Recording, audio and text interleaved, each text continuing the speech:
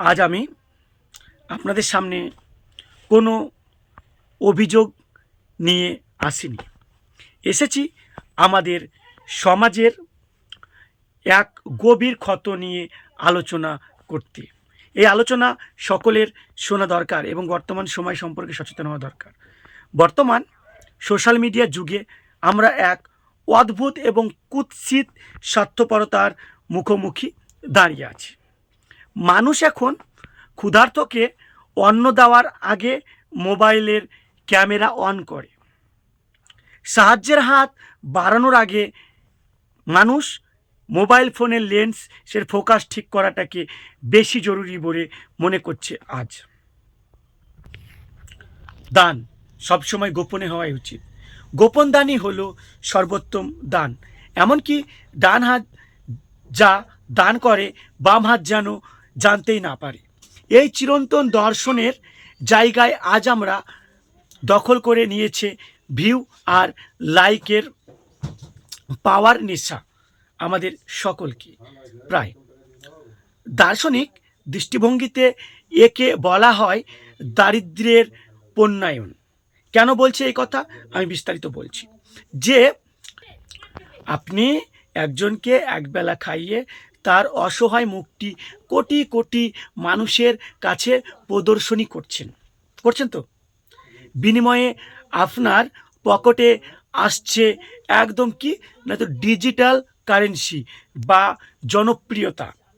আর সেই মানুষটির কপালে, যাকে আপনি ওই দান করে ভিডিও ছবি তুলছেন, তার কপালে জুটছে আজীবন এক করুণার ছবি। সবাই তাকে করুণার চোখে দেখছে।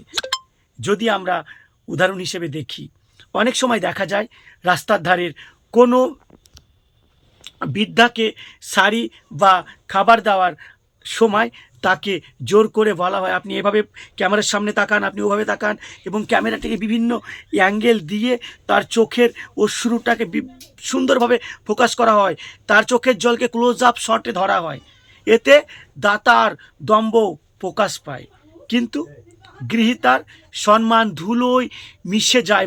যারা আপনারা এইরকম সমাজসেবামূলক কাজ করেন তাদের কাছে আমার একটি আবদার, সেবা যদি করতেই হয় তাহলে সেই সেবা মানুষের মর্যাদাকে রক্ষা করার সেবা হোক।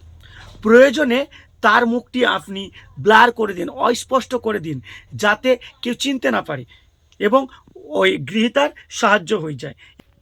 আজকে আপনি যাকে দান করছেন, অসহায়তার ছবি তুলে ধরছেন, সে পরিস্থিতির শিকার, কিন্তু তার আত্মা সম্মানবোধ আপনার চেয়েও কোনো অংশে কিন্তু কম নয়।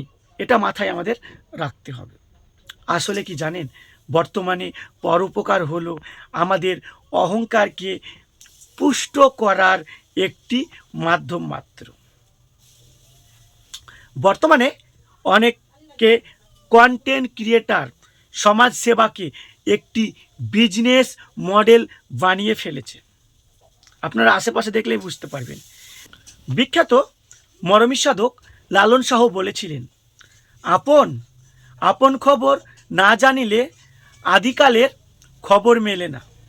আমরা আমরা সবসময় অন্যের সেবা করছি নাকি নিজের সেবা, নিজের প্রোফাইল ভারী করছি এবং নিজের ভিউ লাইক কামাচ্ছি, সেই খবর কি আমরা রাখি? প্রশ্ন হলো, ক্যামেরা না থাকলে কি আপনি ওই মানুষটির পাশে দাঁড়াতেন না? ওই মানুষটিকে সাহায্য করতেন না? তাকে অসহায়তার মূল্য দিতেন না? এখানে অনেক ক্ষেত্রে সমাজসেবা হচ্ছে না, হচ্ছে নিজ সেবা, নিজের ভরণ পোষণের একটা মাধ্যম, নিজের কিছু উপার্জনের একটি পথ। অন্যের চোখের জল বিক্রি করে নিজের স্বার্থ সিদ্ধি করা, এটা মানবিকতা নয়, এটা এক প্রকার মানসিক বিকৃতি বলে মনে হয় আমার। আপনাদের কি মনে হয়? বিখ্যাত দার্শনিক এমানুয়েল কান্ট বলেছিলেন, মানুষকে সবসময় লক্ষ্য হিসেবে গণ্য করো, কখনো মাধ্যম হিসেবে নয়। কিন্তু কিন্তু আজ দুর্ভাগ্যবশত এই ডিজিটাল যুগে অসহায় মানুষগুলো কেবল বড় বড় ক্রিয়েটারদের ভিডিওর প্রপোজ বা উপাদান মাত্র পরিণত হয়েছে। আমরা কি এতটাই নিচে নেমে গেছি যে কারো হাহাকার না দেখলে আমাদের পকেটে অর্থ আসে না, কারো দারিদ্রতা না তুলে ধরলে আমাদের ভিউ আসে না।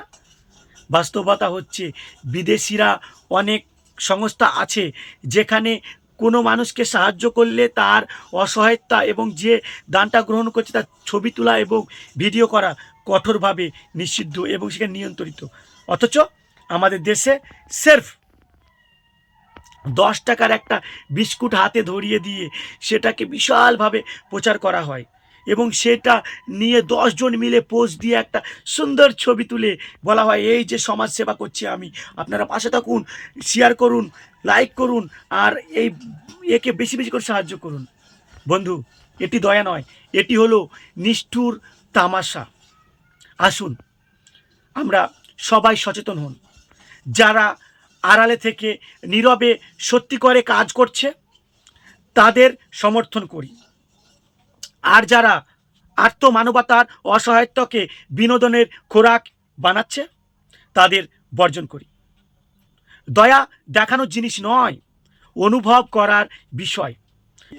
মনে রাখবেন, এই ভিডিও একদিন ডিলিট হয়ে যাবে, লাইক কমেন্ট কোথায় হারিয়ে যাবে, শুধুমাত্র সময়ের অপেক্ষা। কিন্তু আপনি যে মানুষটির সম্মান রক্ষা করলেন সেই মর্যাদা মহাকালের পাতায় অক্ষর হয়ে থাকবে।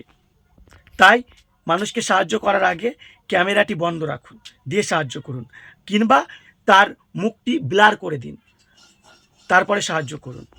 কারণ অসহায় মানুষের মুখে হাসি ফোটানোটা একদম স্বর্গীয় কাজ, কিন্তু সেই হাসিকে ক্যামেরায় বন্দি করে ব্যবসা করাটা নরক তুল্য বলে মনে হয়। আজকের এই ভিডিওর যে কথাগুলো বলা হলো তাতে আপনাদের সকলের সহমত পোষণ করবেন। ভালো থাকবেন, সুস্থ থাকবেন, দেখা হবে পরবর্তী অন্য কোনো ভিডিওতে।